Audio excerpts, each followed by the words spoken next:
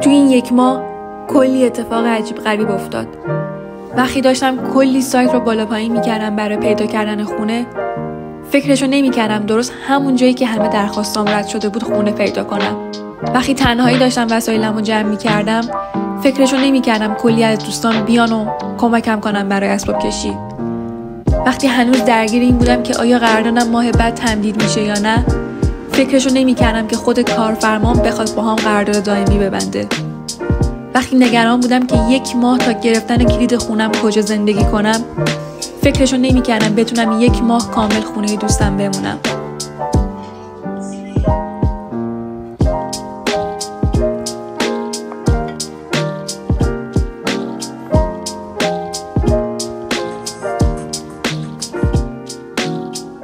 و بالاخره امروز کلید اتاق خودم رو گرفتم و آخرش فهمیدم که زندگی بلد آدم رو سورپرایز کنه.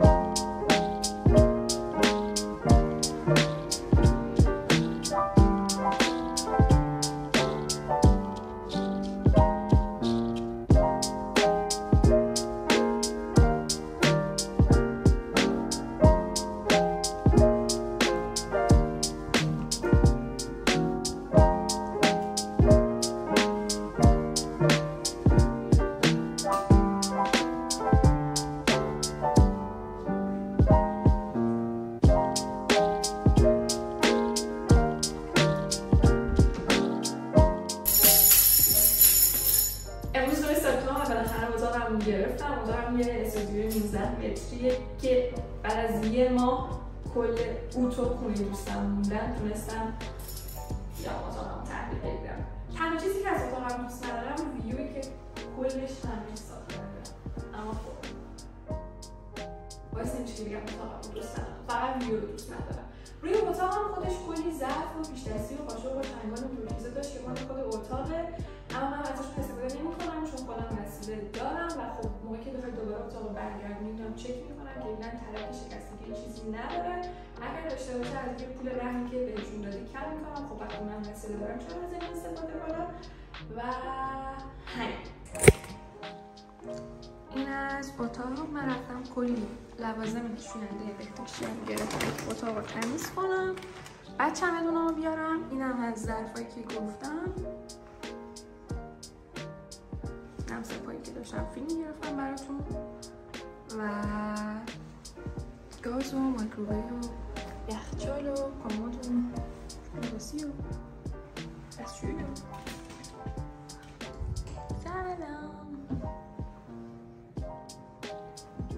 بعد تخت و پنجره یه باره دیگه.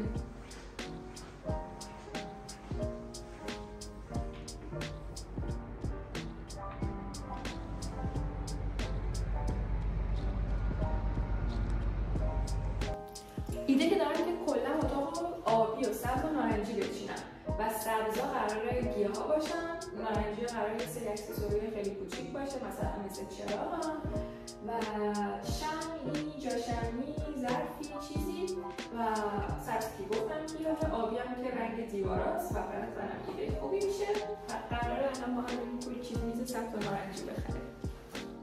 فکر کنم خیلی قشنگ میشه.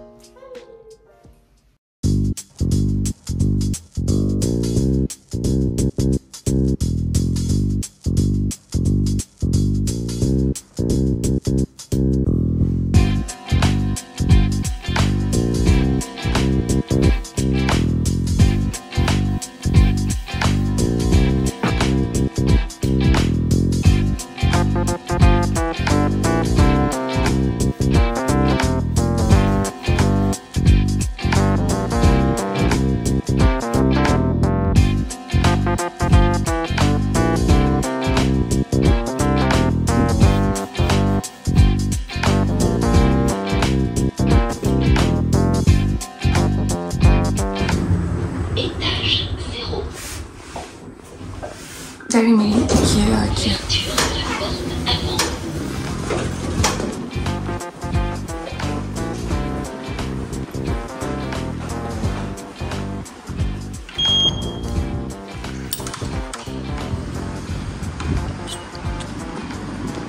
بالاخره بعد از یه هفته که اسباب کشی کردم، یه هفته بعدش هم تونستم وقت کنم بیایم بریم ایکیا یا همون ایکیا که یه سری چیز میزای کوچیکی برای خونه لازم دارم بخریم و بعدش هم قرار دارم و فقط نیم ساعت یا 45 دقیقه وقت دارم که توی ایکیا بگردم و خب فکر نمی کنم اونقدی بشه از توش ویدیو گرفت یا دستم باز باشه که چیز میزی بخرم و البته میخوام باز نصفی از وسایلم از دست دوم فروشی بخرم، چون اینطوری اگه بخوام از ایکیا چیزی بخرم خیلی گرون در میاد. الان هم داریم از اینجا میبینیمش که هنوز خیلی راه مونده که پیاده بهش برسیم.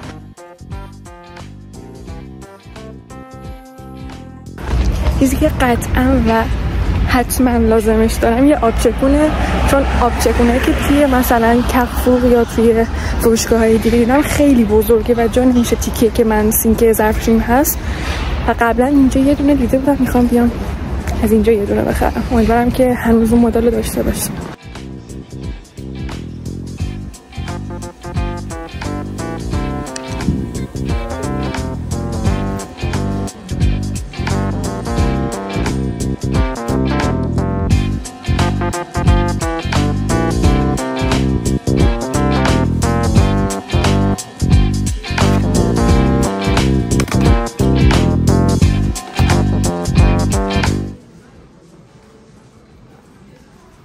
دلم میخواد یه دونه همچین قابی بخرم ولی خب ترجیح میدم که خودم درست کنم برای بالای تختم. اینو که برداشتم به نظرم 2 تا 21 سی بردارم دیگه واقعا به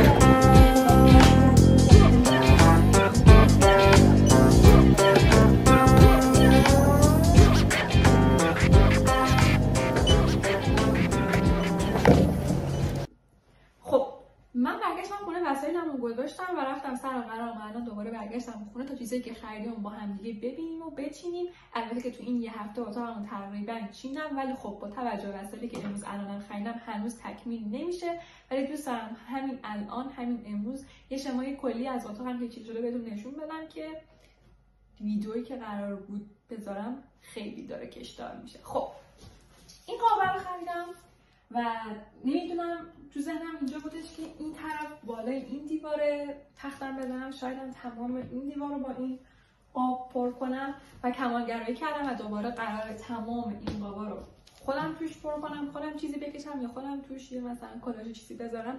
البته چند تا قاب دیگه هم خریدم که ایناها رو چند تا نقاشی از دوستام کادو گرفتم و قراره تو اینا بذارم، پس بعضیاش خودش خود به خود پر میشه و لازم نیست من چیز طراحی کنم. از همه مهمتر آبجکون خریدم و الان اون تیکه گازم و ظرفشویم و سینکم که کلی به هم ریخته بود قراره یه نظمی بگیره و اینم سبز انتخاب کردم. الانم میخوام دوربین برگردونم اون طرف بهتون نشون بدم که یه سبز نارنجی خاصی داره.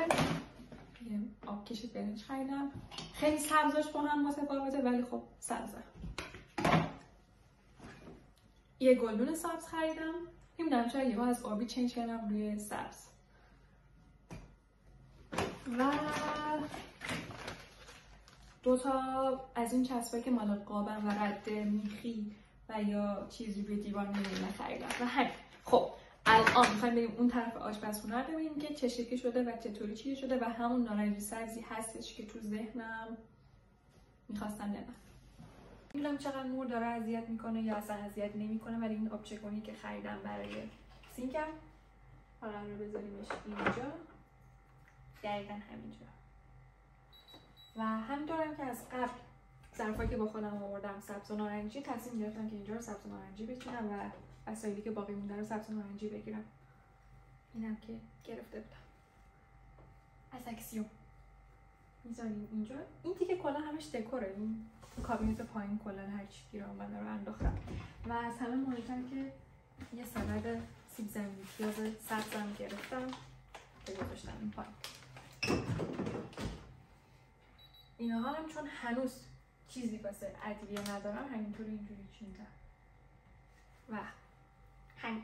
الان میخوام ظرفا رو بچینم و یکم حالت بهتر و تمیزتری بگیره.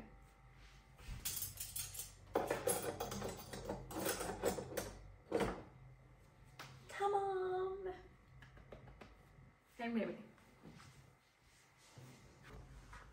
اینم اون سمت دیگه اتاق.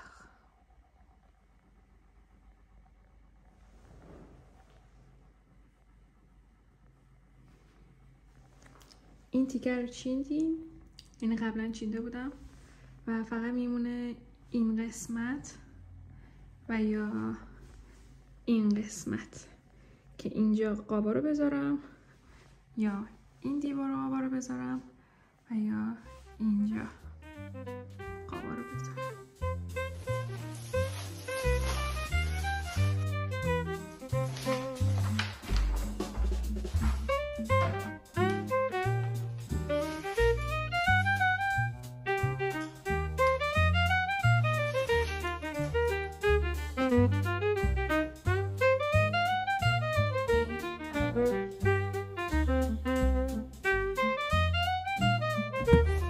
خب فعلا چون هیچی ندارم که بچسبونم به قابام، فعلا قابام رو گذاشتم این تیکه روی تختم و واقعا فکر خوبیه که تمام این دیوار رو با قاب بپوشونم.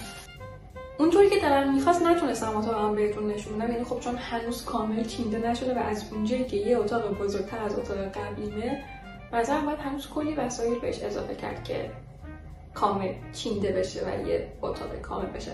فرش ندارم. این یکی میز اینور کامل خالیه، دیوار خالیه و از این گلدونی که خریدم گذاشتم اینجا. اینها خالیه و اونطوری که میخوام هنوز کامل چینده نشده، ولی از این بابتی که خیلی وقت باهاتون ویدیو نداشتم و شما هم منتظر بودین که اتاقم ببینید و هی دوستان بهم میگفتن شما کامنت ها که اتاق جدید چه شکلی چرا ویدیو نذاشتی، دیگه مجبور شدم همینطور ناقص و نصف نیمه براتون ویدیو بذارم. مرسی که توی این ویدیو جدید اتاقم با من بودین. تا یه ویدیو دیگه خدافظ. اینجا آبی نیست، اینجا الان سبزه.